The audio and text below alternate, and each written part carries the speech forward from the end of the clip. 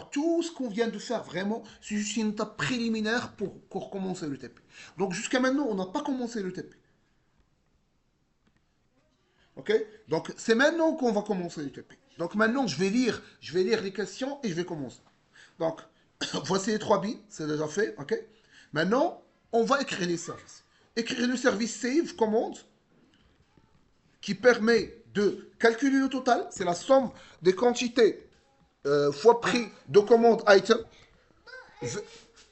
Vérifier que la référence. Donc vraiment, tout ce qu'on vient de faire, vraiment, c'est juste on prépare le terrain pour répondre aux questions. Maintenant, on va répondre aux questions. Donc, save, calculer le total, c'est la somme de prix fois quantité. Vérifier que la référence est unique. Initialiser la commande avec l'état initialisé. L'état new. Alors, je vais faire l'état new. Okay. Sauvegarder la commande avec la liste des commandes items. Donc ici, on va voir comment on va faire pour cet exercice. Alors, ce qu'on est en train de traiter ici, ça s'appelle un workflow. Un workflow, ça veut dire un traitement euh, avec beaucoup de règles métiers euh, qu'on doit le séparer par rapport à la couche service. Donc, qu'est-ce que je vais faire? Je vais, je vais créer, je vais laisser le paquet service à part. Et je vais créer ici le package workflow. Donc, ça, c'est workflow. Workflow.command save.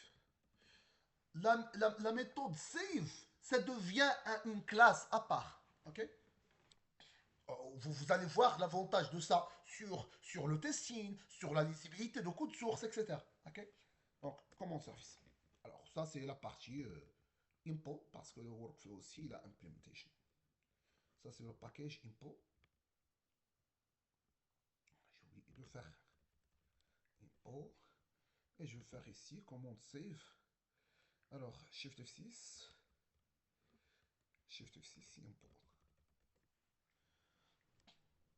Alors, et je vais faire une classe ici, command save tout court. Ça, c'est mon facade. Ça, c'est une interface. Command save. Alors, je vais faire ici un, un package qui s'appelle facade. Et je vais poser le facade dans le facade et l'import dans l'import. Alors, maintenant, les méthodes basiques de la couche service existent ici, dans la partie save. Les workflows complexes, ça existe ici, dans un autre package à part. Ok? Vous voyez? Donc, je vais commencer. Et chaque méthode devient une classe. Ok? Donc, maintenant, je vais commencer avec arroba service. Arroba service component, il n'y a pas de problème. Alors, bon, je peux aussi créer un request pour le workflow. C'est quoi l'input et c'est quoi l'output du workflow. Ok? Mais je ne vais pas faire compliquer la chose. Donc, public, int, execute. C'est pas la peine de le nommer comme save parce que je suis dans un nom comme save. Donc, je vais exécuter le processus. Donc, save. C'est qui va nous rejoindre? Donc, je donne la commande comme paramètre. Alors, je peux carrément créer un input ici. Commande save input. Ouais, j'ai oublié, ça c'est une bêtise. J'ai oublié de faire un package qui s'appelle input. Donc input, commande save input, et commande save. Alors, et si je veux passer commande save input, ça c'est notre input dans notre process, et je commence. D'ordinaire, ça, on doit créer aussi une commande save output. Ok?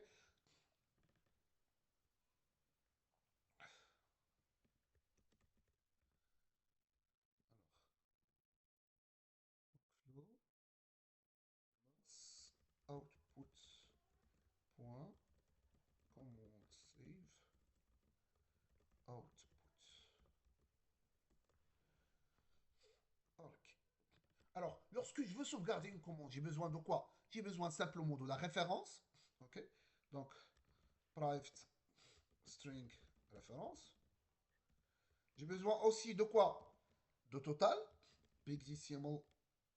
Non, j'ai pas besoin de total parce que le total, je vais le calculer. Ok. Donc, j'aurai pas besoin de total. Ni de total payé. J'aurai besoin simplement de la référence et de la liste des commandes item. Donc, donc commande item, save input. Alors, commande item, pour chaque commande item, j'aurai besoin. Bon, ici, je vais envoyer par exemple le code du produit. String produit code. J'aurai besoin de son quantité. Donc, big decimal. Big decimal quantité. Et le prix. Alors, et dans le input, alors, sans oublier de faire les getter, etc. Donc, alt inséré, getter, etc. CTRL A. Donc, ça, c'est commande item. Ça, c'est commande save. Et ici, j'aurais besoin de private commande, commande item save, commande item save input. Je vais nommer par exemple items. Et sans oublier le getter, etc. Donc, alt inséré, getter, etc. CTRL A. Et je pense qu'on est à la semaine. Alors, je reviens vers Workflow. Workflow, il accepte un input. Donc, je reviens à l'exercice pour résoudre l'exercice. Alors, dans l'exercice TP3, on est où? Alors, elle est là. Donc, alors, je vais copier-coller. Je copie-coller tout ça. Et le poser comme commentaire ici. Juste pour ne pas.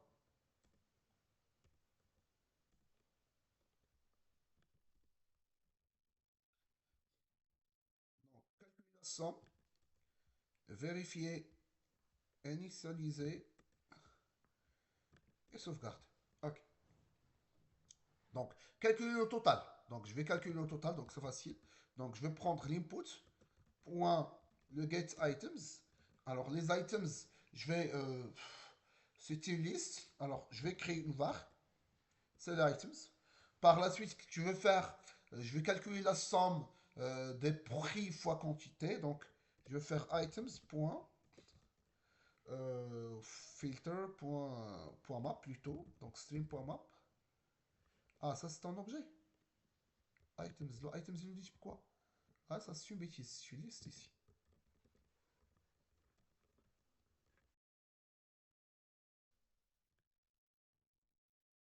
Donc, insérer.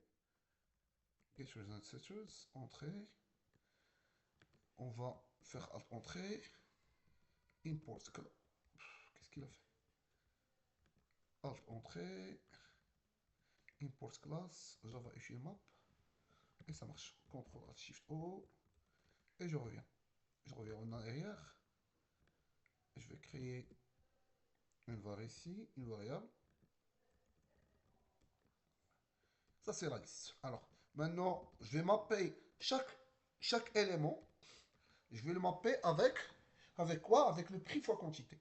Donc, je vais faire e.get prix multiply. Je rappelle, le big decimal, c'est pas étoile, c'est pas plus, c'est plutôt des méthodes multiply, add, subtract. Avec e.get la quantité. Donc, je viens de créer maintenant un stream de prix multiplié par quantité. Alors maintenant, une fois que j'ai créé ce stream, je peux faire un reduce. Ok.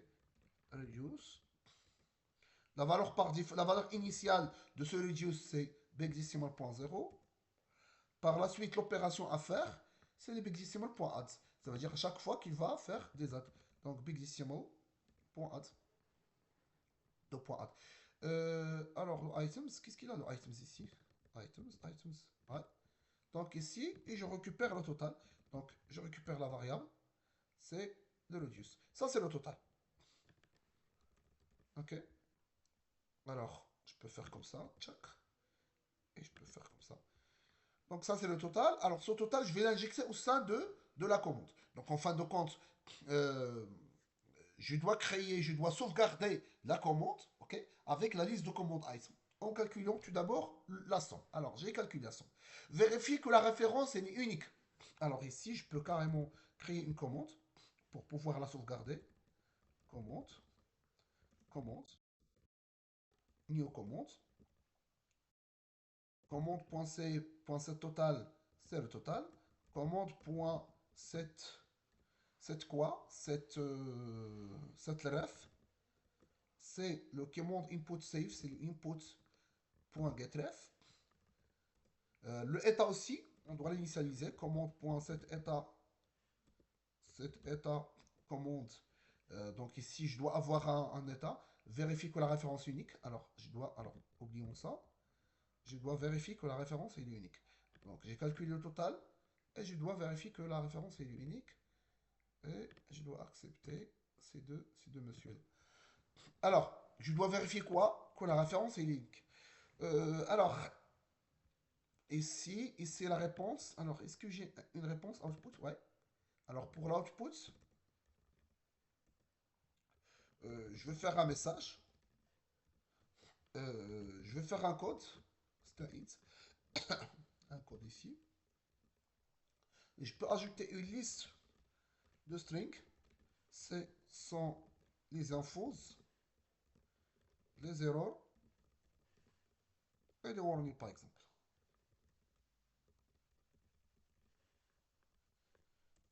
Et je vais faire un alt inséré, get resetter, CTRL A. Alors, les listes alt entrée, import class, Java utile, et ça marche. Alors, je reviens ici. Je reviens vers mon process workflow. Alors maintenant, si la référence, elle existe déjà, qu'est-ce que je vais faire? Ça veut dire quoi? Ça veut dire que je dois insérer la commande service ici. Alors tout en bas, je dois faire un auto private commande service.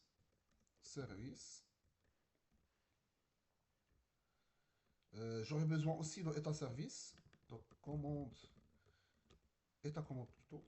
État commande service. Et je vais le nommer état commande service. Et je vais les injecter dans le constructeur de ce service. Donc, constructeur, CTRL A, entrée. Maintenant, je reviens. Alors, maintenant, c'est la référence, elle existe déjà.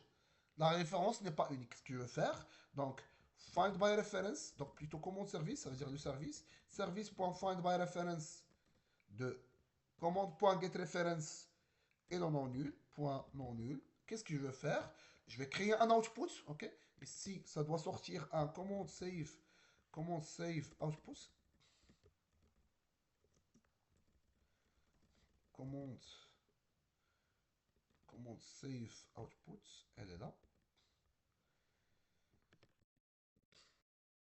Alors, je vais instancier un commande save. Ici, je vais rentrer tout ça dans une méthode. Donc, Alt Shift M. Ouais, le Alt Shift M. C'est MOBA externe qui est lancé. Donc, je vais faire le MOBA externe. Je vais faire mon MOBA externe. Et je vais cliquer droit. Donc, refactor, introduce method. Introduce method. Où elle est? Introduce method. Extract method plutôt. Donc, Ctrl Alt M. Donc, je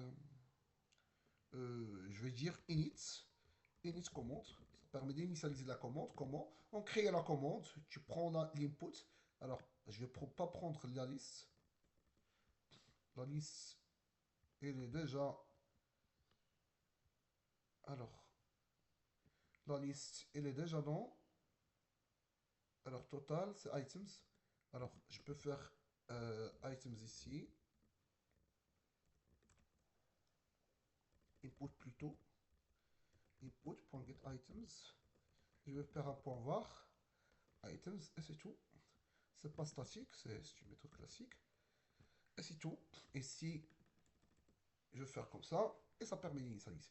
Alors, maintenant, une fois que ça marche pas, je vais construire un output. Donc, commande save output égale new command save output. Une fois que ça marche, qu'est-ce que je vais faire? Je vais faire output. Ça veut dire que ici, la référence existe. Vous voyez? Différents de nul. Donc, je vais ajouter un message d'erreur. Get errors. .add. .add quoi? Commande. Référence existe. Déjà. Qu'est-ce qu'il a output ici? Qu'est-ce qu'il a? J'ai déjà une variable qui s'appelle output. Ah oui. Référence existe déjà. Ok. Alors, par la suite, vérifier que la référence est unique. On vient de le vérifier. Ok. Par la suite, initialiser la commande avec l'état new.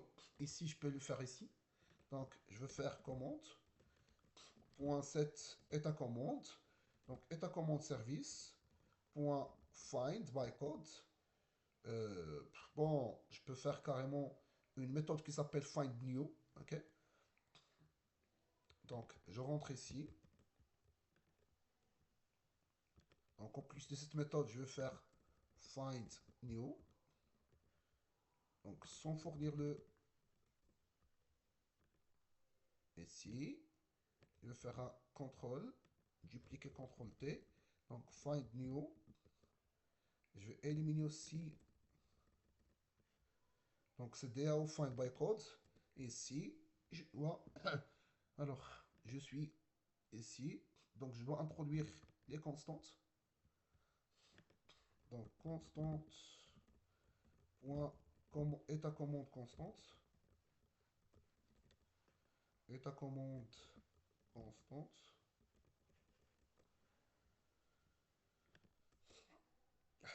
Prive public. Public. Static final état commande. Ce n'est pas état commande constante, mais plutôt new. New. C'est new. C'est le code de new. OK. C'est OK.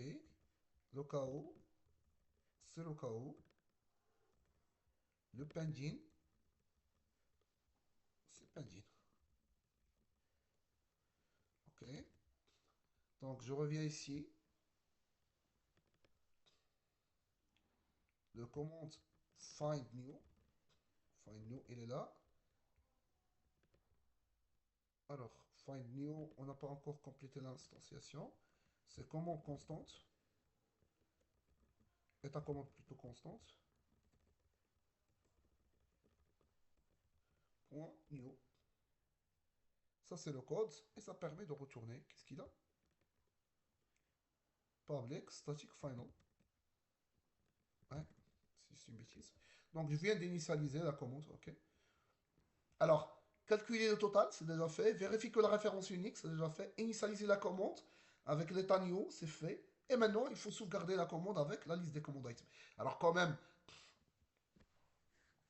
même ici, une fois initialisé les passés, si je trouve que l'état, imaginez que la méthode find new n'a pas retourné l'état de commande. Donc, je vais vérifier un autre if. Un autre if. C'est pas un service, mais plutôt la commande qu'on vient de construire. Pour un get état commande. S'il est égal à nul, ça veut dire que l'initialisation n'a été pas faite. Output.getErrors at état commande new n'existe pas. N'existe pas. OK. Par la suite. Alors, quand même, il y a une petite erreur, un petit souci ici. Imaginons qu'on a output.getErrors. Ça, c'est une liste, mais par défaut, il n'était pas instancié. Donc, automatiquement, j'aurai un null pointer exception. OK. Donc, je peux faire un truc un petit peu malin. Ici, je vais faire infos.nul. Je vais faire infos.new array list. Ça veut dire, une fois que la liste, tu fais un get, une fois qu'elle est nulle, il doit l'instancier. Je vais faire la même chose avec errors et avec warnings. Ici, c'est warning. Ici, c'est errors. Ou bien carrément ajouter ici, dans output, des méthodes qui permettent d'ajouter. add error, une méthode qui s'appelle add error qui permet de tester les listes, etc. Mais maintenant, le errors ici, jamais j'aurai le problème de null point exception parce que je teste sur les erreurs, etc. Donc, maintenant, ref existe déjà, état commande new n'existe pas, ok. Par la suite, sauvegarder la commande avec la liste des commandes item. Donc maintenant, je vais sauvegarder la commande. Donc, service.save, je dois sauvegarder la commande, je sauvegarde la commande. Par la suite, je récupère, je récupère, ce qui était sauvegardé. Alors, quand même, je vais faire une petite modification. Ici, je vais pas faire ça. Ok, je vais laisser tranquille, juste pour ne pas perturber ce qui existe. Je vais faire une méthode qui s'appelle persist, commande, et qui permet de retourner la commande. C'est simple, elle retourne ce qu'il existe dans le DA. CTRL Y, CTRL Y, entrée, pool. Maintenant la méthode persist existe, et je retourne ici. Donc, je vais faire la méthode persist, je vais faire .var, je récupère la commande persisted, et maintenant je vais insérer la liste des commandes items. Donc, comment je peux faire? C'est facile. Alors déjà, ici, je peux créer la liste des commandes items dans la partie init. Comment? En bouclant sur l'input.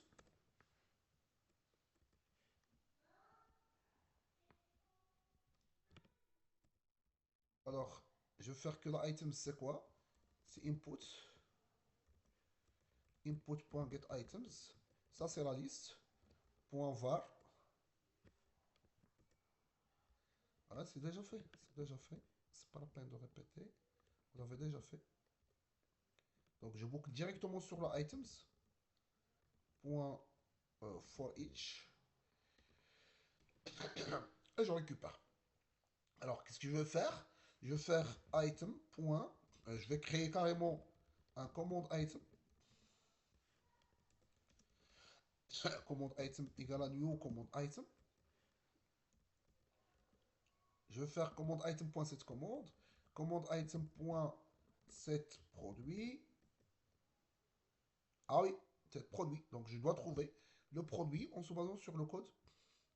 Donc ce que je vais faire ici, je dois injecter aussi produit service.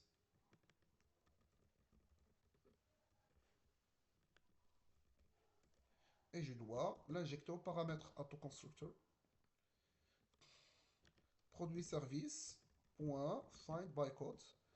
Je donne le code. Alors le code ça existe où? Ça existe dans item. Get produit code.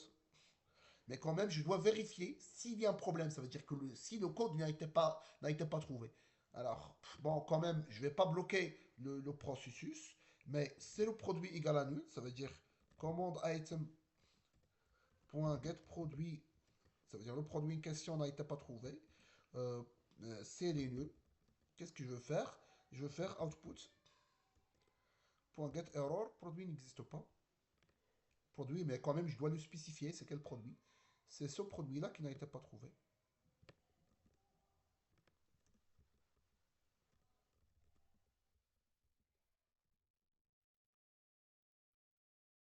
La référence ici.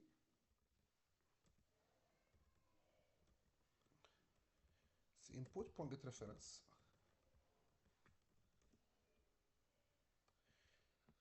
Ok. Donc, on vient d'initialiser le command item.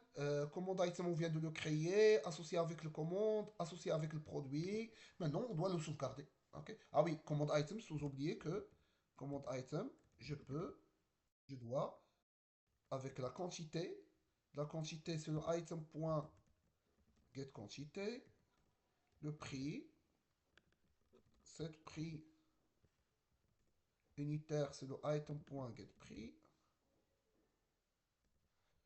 Et c'est tout. Et par la suite, je dois sauvegarder le command item. Donc, command item, je dois ajouter un command item service ici. Contrôle.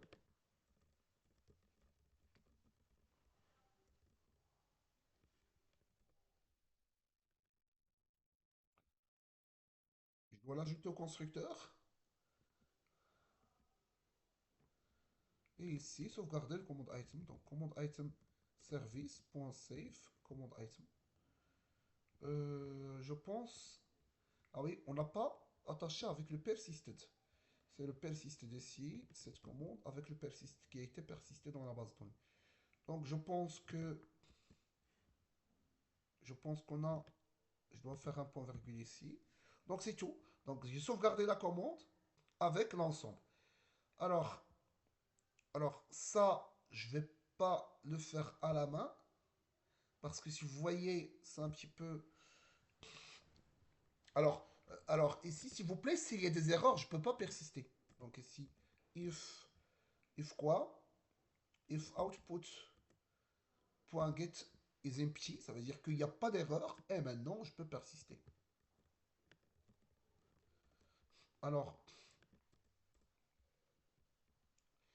ça, c'est la méthode init qui permet d'initialiser. Ça, c'est la méthode validate qui permet de valider. Donc, je vais l'extraire. Donc, CTRL-ALT-M. Donc, validate. Alors, je vais voir la méthode validate, qu'est-ce qu'il contient. Il permet de valider. Ok. Alors, il a besoin de la commande. Alors, ici, la commande, bon, on pourra le faire. Bon, il n'y a pas de problème. Donc, ça, c'est la méthode initialisée. Donc, je vais le renommer Shift F6, init tout court. Donc, init. Par la suite, validate. Validate, une fois validate, il va nous retourner le output. L'output, éventuellement, il y a des erreurs. S'il y a des erreurs, dans tous les cas, je dois retourner le output, return output. Alors, s'il n'y a pas d'erreur, je vais continuer le travail.